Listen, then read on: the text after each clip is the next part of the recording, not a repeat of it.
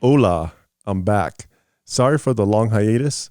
I had a family emergency I had to attend to. I needed to go a bit rogue. I needed to go dark.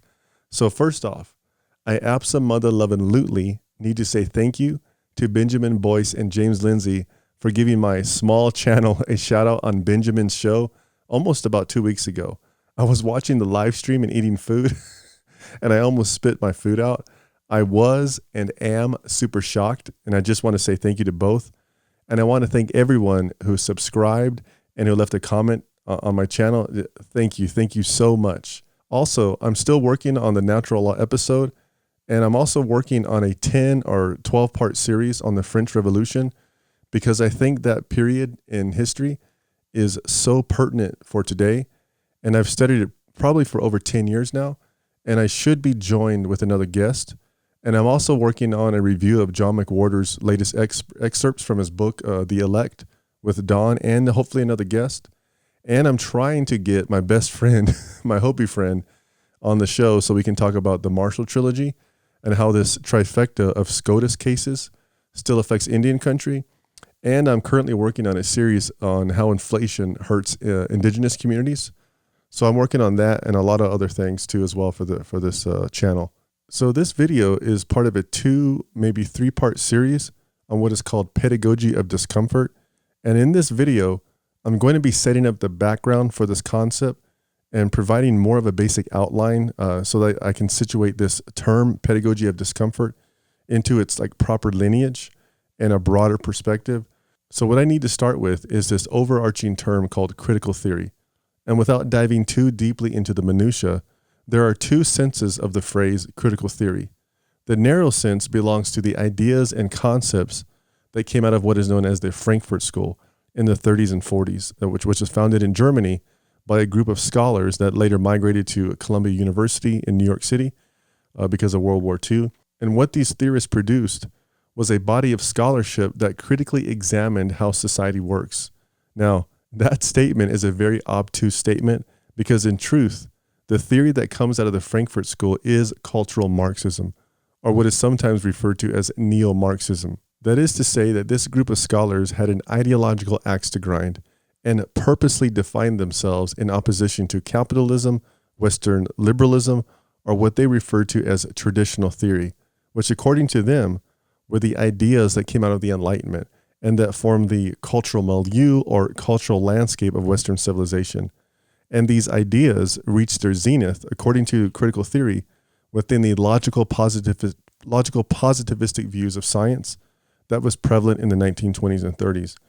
And what these critical theorists are seeking to do is to defend, rescue, and understand the failure of classical Marxism and formulate a critique of society that goes beyond or supplements the shortcomings in Marx.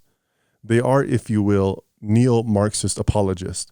They are focused not upon the economics of Marxism, but instead upon the cultural reasons for why the promised proletarian revolution never came to fruition in the West. Also, during this time, something very important happened. You had, in 1932, a number of early unpublished manuscript writings of Karl Marx that appear in print for the first time in German, which seemed to show a different Marxism compared to the Soviet-style top-down approach of Vladimir Lenin. Now, why is this important? It's important because these newly published manuscripts make it possible for this group of scholars to appeal to the authority of an earlier, more humanistic or humane Marx. This not only causes a split over interpretation of Marx, which leads to differing schools of thought, but also gives these Marxist apologists a much-needed way out. They can now distance themselves from the dictatorship and brutality of Lenin, all the while arguing that true Marxism has yet to be implemented correctly, which is the same old canard you hear from every college Marxist today. In essence, this new discovery, coupled with their unique interpretation of it, gave these scholars God armor, in which they became immune to counter-evidence or criticism. That is to say, their position became unfalsifiable. Now, getting back to the Frankfurt School, what these theorists formulated is basically a perspective that is critical of the common sense way of viewing reality. These theorists argued that the structures, institutions, and knowledge that is produced and transmitted under a capitalistic, liberal, bourgeois society is the very reason that is preventing the awakening of class consciousness that must happen prior to the promised dialectical unfolding utopia of a communistic revolution, in which humanity finally comes to the Hegelian end of history. And I don't know any other way to put this, but these theorists are basically saying, which they had to be aware of, is that the actual success of capitalism, of lifting people out of poverty, is somehow preventing Marxism. It's like the reason your theory doesn't work is because something actual does, to which they'll respond, it hasn't been tried yet. Now, I'm making this seem like a trifling issue, but it's not, because this argument is repeated today, which is that theory always promises a better tomorrow. If we just tear down society and rebuild it according to theory, then we can build a more just and equitable future. It's this nirvana fallacy that sits at the core of this belief system that we still see today. And so in order for the adoption of Marxism to take root and counteract this beguiling aspect of the success of capitalism, what is needed, according to the Frankfurt School, is the awakening of humanity's consciousness. In other words, in street parlance, the mind of the common man is unable to see his salvation because he's conditioned by the system under which he lives, and therefore what is needed is the intelligentsia, the intellectual in society, who has, of course, been schooled in the proper art and technique of critical theory to guide and release him out of his oppression. Now, there is so much I want to add to this condescending attitude, but I'll try to be brief. Otherwise, this topic alone could take up an entire video in itself. But I do believe that if you can grasp this one kernel of truth, this recurring theme within this literature, you'll begin to better understand the genesis of elitism that spews from academia, DC, Hollywood, and the talking heads on TV, or what is now referred to as the cathedral, the narrative machine. Critical theory not only provides a justification for the social function of the intellectual class, but also gives them a vital role to play in shaping and determining the narrative. It's this insider knowledge that the educated elite or elect possess that not only gives them a sense of purpose, but to use an older theological term, gives them a calling, a type of religious vocation or devotion in the hic et nunc, in the here and now. And it's this aspect implicit within critical theory that can best be described as a form of Gnosticism. And I say this because there are certain defining characteristics within this belief system, as seen through the lens of the intellectual elite, that line up with ancient Gnosticism, such as an imperviousness to criticism or a questioning of belief, because their vision for society is not judged by evidence or success, but strictly by the purity and justness of its moral vision. And the second characteristic that aligns this theory with historic Gnosticism is the belief that merely holding to correct knowledge is virtuous in and of itself, and therefore this transforms knowledge into something salvific. Because what this knowledge will bring about is the ushering in of paradise in the here and now, in the hic et nunc. And it's these self-reinforcing beliefs that this small cadre of intellectuals who have been given, honored, selective, or exposed to this secretive, esoteric insider information on how society or the universe truly functions, that not only empowers and elevates them, but also gives them a sense of moral superiority over everyone else. And we see this today in the baffling phenomenon known as virtue signaling, which is the belief that merely possessing a belief system somehow confers moral virtue or goodness upon that person. What has happened is that virtue has become an abstraction, which is a prime example of Gnosticism, in which the only thing that counts is not the concrete cultivation of virtue, but merely holding to a correct set of beliefs. Let me try and put it like this. What we are witnessing is truly a transvaluation of values. This is what happens when a Weltanschauung worldview or moral system is replaced by another.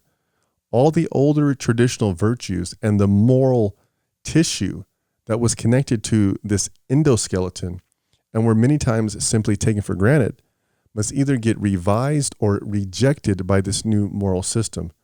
It's truly a clash of competing worldviews. Now, what I'm doing here is attempting to synthesize Gramsci's idea of the organic intellectual or the counter-hegemonic organic intellectual with Friedrich Nietzsche's concept of transvaluation of values, and it juxtapose both against the backdrop of Eric Voegelin's classic work on the influence of Gnosticism within politics. Now, I don't agree with everything that Voegelin says, especially chapter 5 of his book. However, his understanding of what happens when you attempt to bring down or make heaven upon the earth leads not to paradise, but to hell on earth.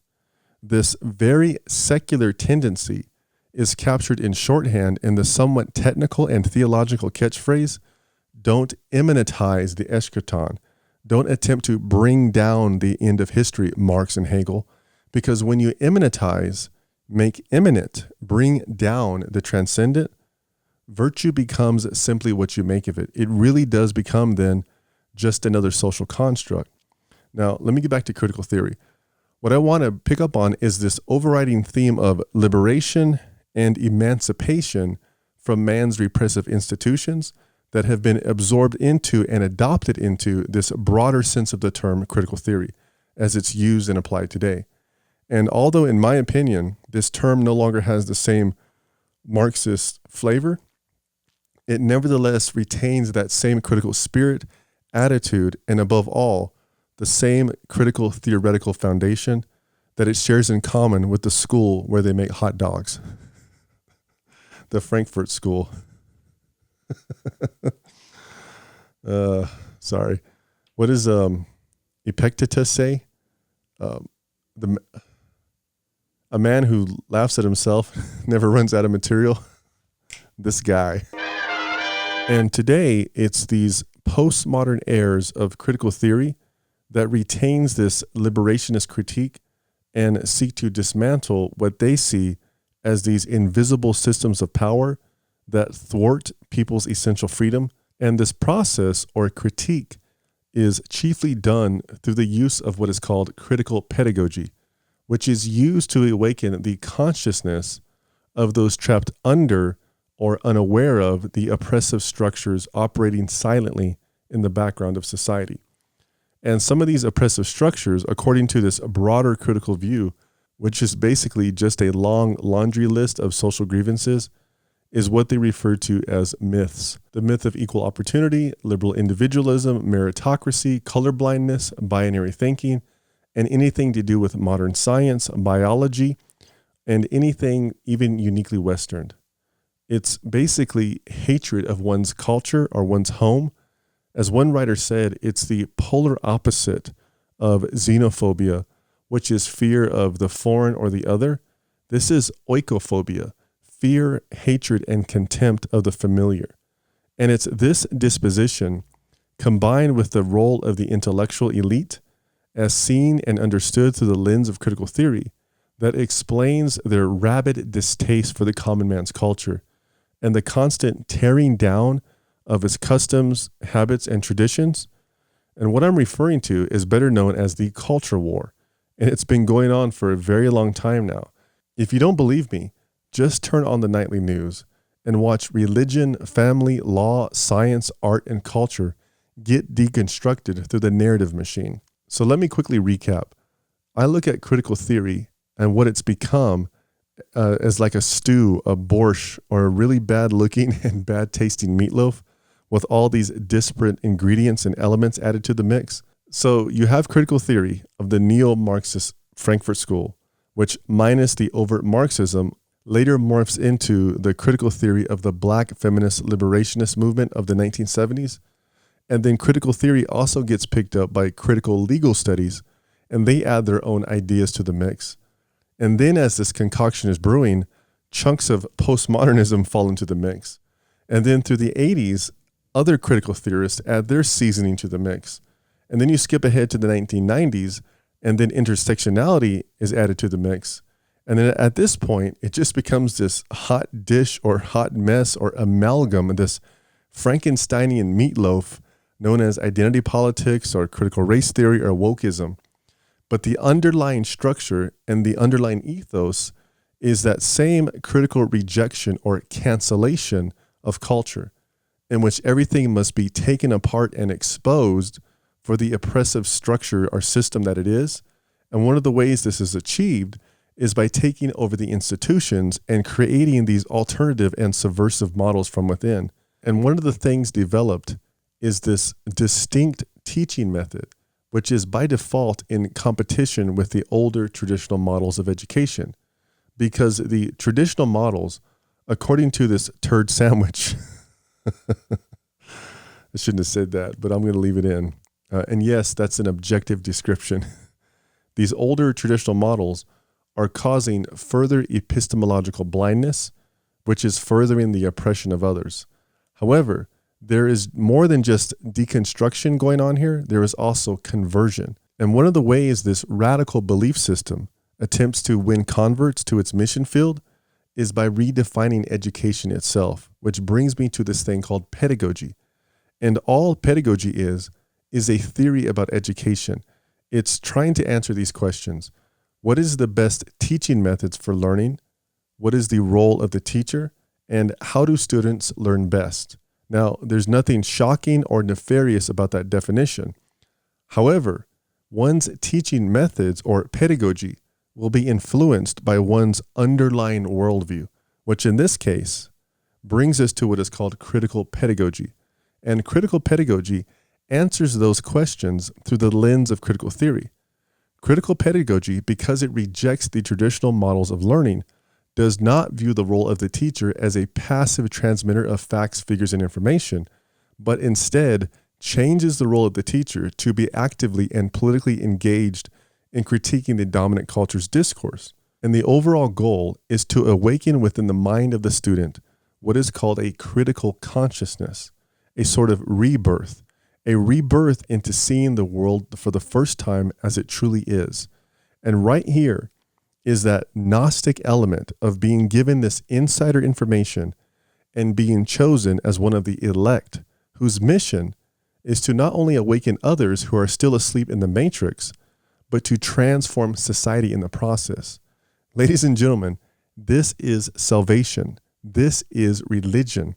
And this process, this conversion, is achieved not only through the questioning and tearing down of one's cherished beliefs, but also by a complete replacement of traditional curriculum in favor of a radical, critical-centered curriculum. What I'm trying to say is this: critical pedagogy is applied critical theory in the classroom. And it truly is this radical reconception of education that not only has allowed this belief system to become mainstream, but also explains why our culture is being infected daily from different points of contact, because the converted, the woke, those with a critical consciousness, have now entered the workforce and are demanding that society change to their religious beliefs. Now, the reason why I label this belief system as a religion is because it has all the markings of a religion. The university has become the new church, the new cathedral. The classroom has become the mission field into which this new orthodoxy can be preached, with its own moral community and its own rites of passage, its own sacred texts, its own priesthood of professors, its own concept of original sin, its own soteriology, its own system of salvation and absolution for the assuagement of guilt, and its own sermonettes to awaken and prick the conscious minds of the elect, to usher in the kingdom, or the kingdom of woke, to create society anew, to once again bring down the end of history, the eschaton. And one of the teaching methods used, which is really just a logical extension of this belief system, is this concept of pedagogy of discomfort that Professor Bowler popularized in her 1999 book, Feeling Power, which I'll be deconstructing in the next video. Thank you everyone for watching. I'll see you in the next video. Non ducor duco. I am not led, I lead.